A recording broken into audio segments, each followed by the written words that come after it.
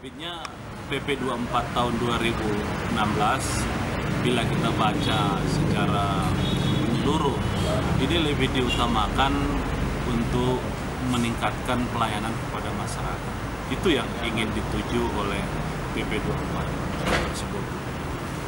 Itu bisa dilihat dari bagaimana perubahan-perubahan itu dibuat, antara lain usia pengangkatan dari PPAT, daerah kerja PPAT, dan sanksi yang akan diterima oleh PPAT jika melakukan pelanggaran. Jadi ketiga pokok inilah yang hendak ditonjolkan, hendak diterapkan oleh Kementerian Agraria agar pelayanan PPAT ke depan lebih mudah dijangkau ataupun diperoleh oleh masyarakat. Hanya saja selalu setiap ada tujuan tertentu, ada juga hal-hal yang mengiringinya. Misalnya tujuan ini, tujuan meningkatkan pelayanan ini bisa menjadi permasalahan bagi profesi PPAT sendiri. Misalnya kita ambil contoh usia pengangkatan yang sudah dipermasalahkan di kalangan PPAT. Usia 22 ini dianggap belum mempunyai kematangan keilmuan, ya, belum mempunyai kematangan emosional, sehingga dalam pelayanannya nanti bisa jadi tidak seperti yang diharapkan untuk meningkatkan pelayanan PPAT kepada masyarakat. Kemudian yang kedua, kita juga bisa melihat seperti yang disampaikan tadi, yakni perluasan wilayah kerja dari notaris. Saya ulangi, dari PPAT. Wilayah kerja yang semula kabupaten, kota menjadi provinsi. Ini juga bisa menimbulkan permasalahan di dalam pelayanan, sebab di samping jarak yang jauh dari satu tempat ke tempat lain, juga ketelitian, ya, ataupun penguasaan dari PPAT yang satu di daerah yang lain itu bisa jadi tidak sebaik seperti selama ini. Kalau kita perhatikan, tujuan perluasan ini adalah satu, ya, untuk memberikan kemudahan kepada masyarakat untuk melakukan transaksi, tidak harus datang ke kabupaten kota di mana PPAT atau tanah tersebut berada. Misalnya di Tangerang, ya, sedangkan yang akan dilakukan transaksi tanah di Cilegon misalnya, jadi tidak harus datang ke sana. Kemudian tujuan lain daripada perluasan ini bisa jadi adalah karena selama ini banyaknya praktek PPAT itu yang sebetulnya sudah terjadi perluasan itu, hanya saja terselubung. Misalnya apa yang kita kenal itu dengan kirim-kirim akta, ya, permintaan nomor dan lain-lain. Jadi bisa jadi, ya, kalau kita perhatikan, salah satu tujuan dari perluasan itu adalah agar tidak terjadi lagi hal-hal seperti itu.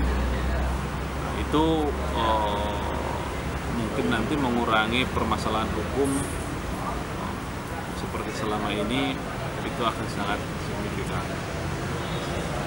Kemudian sanksi juga bisa kita lihat, ya, bagaimana ditegaskan kembali bahwa seorang PPAT dapat diberhentikan baik atas permohonan sendiri maupun diberhentikan dengan hormat maupun dengan tidak hormat.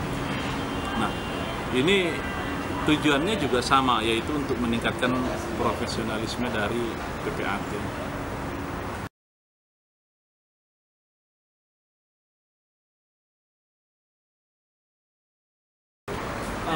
untuk profesi PPAT sendiri, terbitnya PP 24 ini itu akan membuat suatu suatu perubahan ya, suatu perubahan budaya ya, suatu perubahan cara kerja dan sebagainya, khususnya diakibatkan terjadinya perubahan daerah kerja.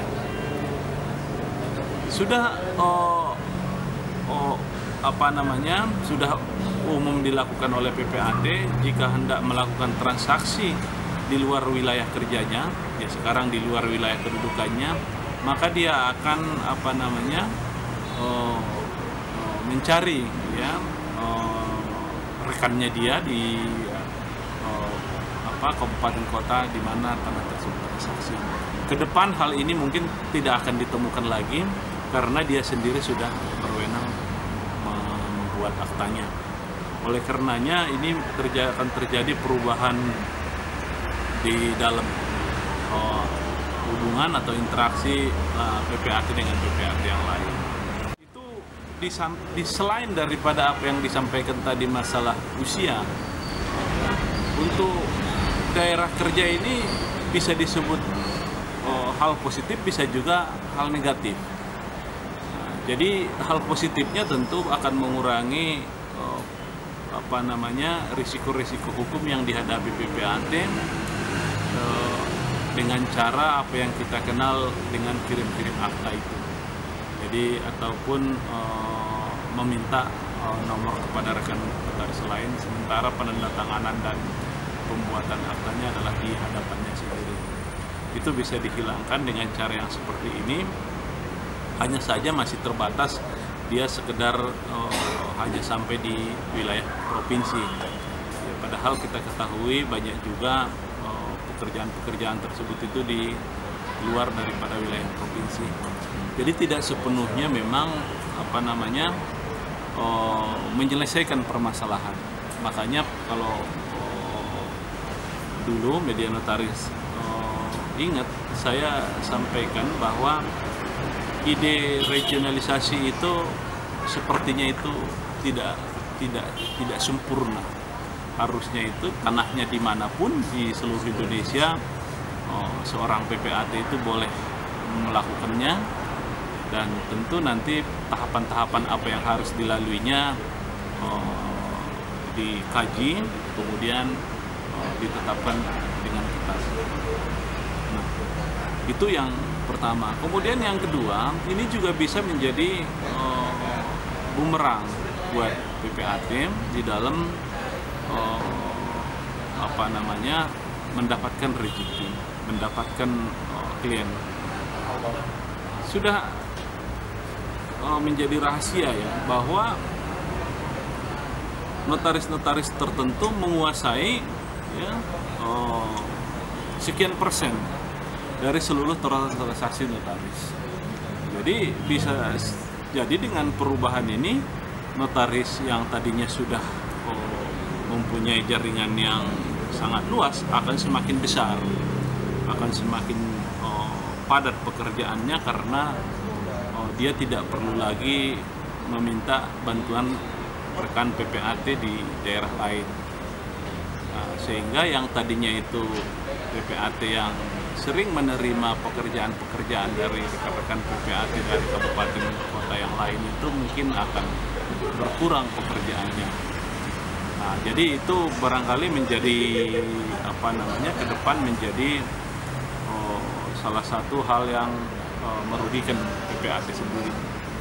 Kemudian yang kedua, yang tadinya kirim-kirim, yang ketiga ini, masih yang kedua ini mas, masih yang kedua, yang tadinya itu kirim-kirim akta ini kan selain masalah berbagi rezeki, berbagi klien, berbagi pekerjaan, itu juga adalah ajang silaturahmi. Nah, jadi ke depan mungkin ya yang tadinya itu notaris senior mengontak rekan-rekannya di daerah lain ya karena ada pekerjaan tertentu yang harus dikerjakan di daerahnya, ke depan mungkin tidak akan ada lagi yang seperti itu. Jadi PPAT yang penerima pekerjaan itu bisa menyelesaikan sendiri.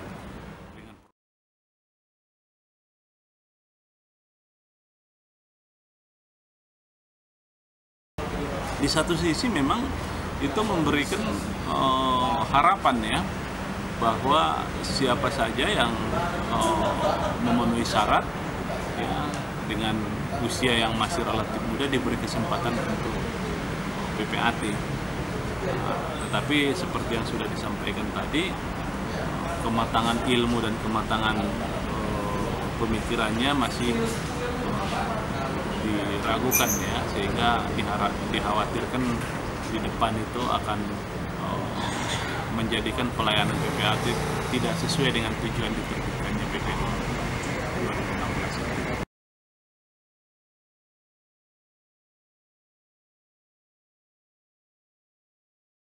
Tujuannya bukan pendapat saya ya, bahwa ya, jadi saya melihat dengan mempelajari dengan seluruh isi dari dengan seluruh isi dari peraturan pemerintah ini, tujuannya diterbitkannya itu adalah untuk meningkatkan pelayanan PPAT kepada masyarakat.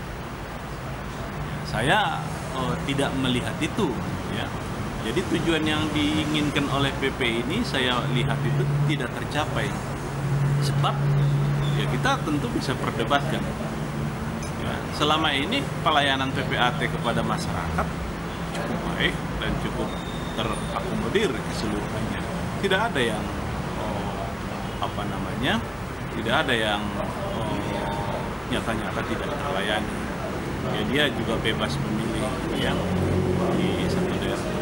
Jadi kalau itu tujuan untuk meningkatkan pelayanan, saya tidak melihat ada manfaat dari diterbitkannya atau ada hubungan dengan diterbitkannya peraturan atau PP 24/2016.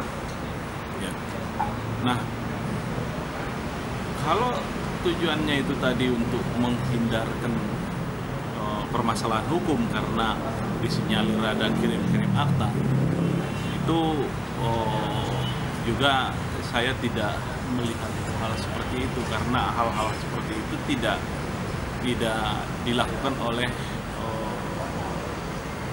mayoritas PPAT, tapi itu hanya dilakukan oleh beberapa orang saja. Mayoritas PPAT tetap mempertahankan presidensialisme ya, sesuai yang digariskan oleh undang-undang dan kebiasaan rumah tangga.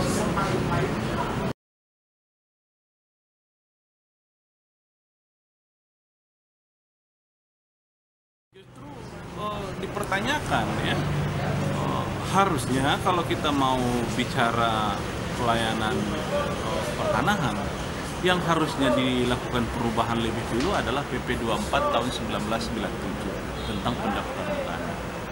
Itu harusnya yang harus dilakukan perubahan lebih dahulu, sebab di sana ada beberapa hal yang terkait dengan PPAT ya, dan peraturan pelaksanaan dari PP 24. Nah, kalau PP 24 2016 ini sebagai perubahan dari PP 37 tahun 98,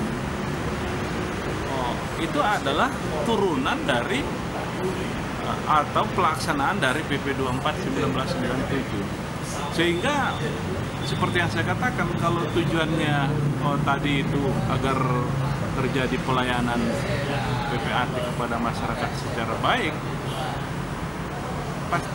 saya rasa tidak akan tercapai kalau itu tujuannya, karena PP 24-nya sendiri tentang pendaftaran tanah itu tidak atau belum dilakukan perubahan. Jadi ini terbalik menurut saya. Harusnya PP 24 direvisi lebih dulu, baru PP 37/19. Jadi maksud saya PP 24 1997 dilakukan perubahan lebih dahulu, dan setelah itu baru PP 37 tahun 1998.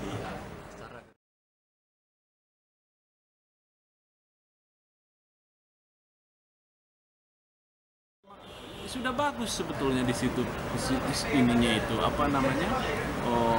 pelayanannya itu di situ. Memang ada beberapa yang pelayanan seperti sekarang, kemajuan teknologi belum terakomodir di situ. Itu barangkali yang lebih mendesak daripada perubahan PP 3798 ini.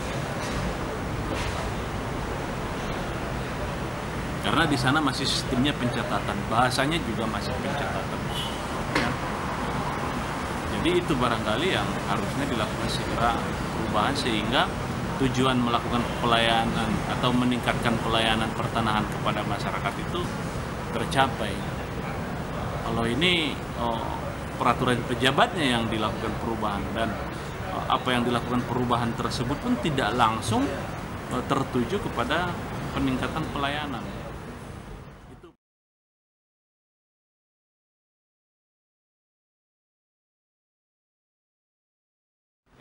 Ya, jadi wacana di luar yang beredar bahwa ada pihak-pihak tertentu yang akan melakukan uji materi terhadap PP 24 2016, saya melihatnya hanya sekedar wacana saja. Ya, artinya meramaikan isu-isu aja terkait dengan terbitnya PP ini. Mengapa demikian? Karena saya tidak melihat ada pertentangan norma antara PP 24 2016 dengan peraturan yang lebih tinggi daripadanya. Sehingga karena tidak ada pertentangan norma, tentu apa yang mau diuji. Itu satu. Kemudian hal lainnya adalah kita harus juga tahu bahwa untuk menjadi atau untuk dapat melakukan uji materi, salah satu persyaratan materialnya adalah adanya kerugian langsung yang diderita oleh satu orang atau sekelompok orang dari diterbitkannya peraturan.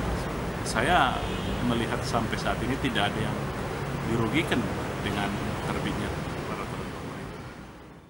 I'm laying down alone, showdown in the Northland, just a whiff of corruption.